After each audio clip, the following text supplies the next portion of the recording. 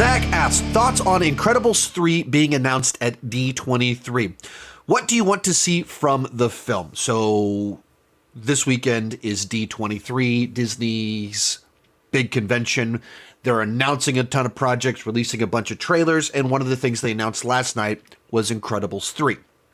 With Brad Bird returning to write and direct, the writer-director of the previous two films. So, you know, for me, I want Pixar to take bold new risks, and I want them to also make wise choices. Some of their franchises lend themselves to sequels.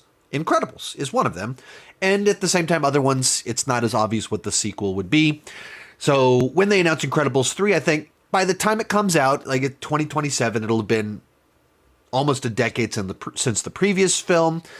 It's when you're talking about superheroes, supervillains, there's always more stories to tell. Just you see these characters at a different phase of life. And so that goes to the second part of the question. What do you want to see from Incredibles 3?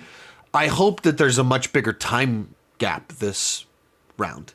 With the Incredibles 2, I think one of the biggest issues with the film, and I'm a big fan of that film. I'm not a hater at all. I'm very positive on that film. But there's a missed opportunity in the film that it takes place like the next day, as opposed to aging the characters up. Instead of a time gap that shows our kids at different phases and ages, to where you explore the parents, the parenting, the kids as they go through life. And when you're in the same period of life, just the next day, you're dealing kind of with the same family dynamics. When you're telling a story about specific family dynamics, a specific time in their life, there's only so many things you can do that. If you jump the story forward 5 years and Jack is now 5-6 years old, we've got a kid in college, these are different dynamics. When you start moving into them being empty nesters, there's different things to explore. The first one's about a midlife crisis. What about when you move past your midlife crisis, you start to settle in and understand your legacy in life? That's what I want them to do. I don't want the kids to be the same age as they were in the previous two films, with the parents in the same stage of life that they were in before.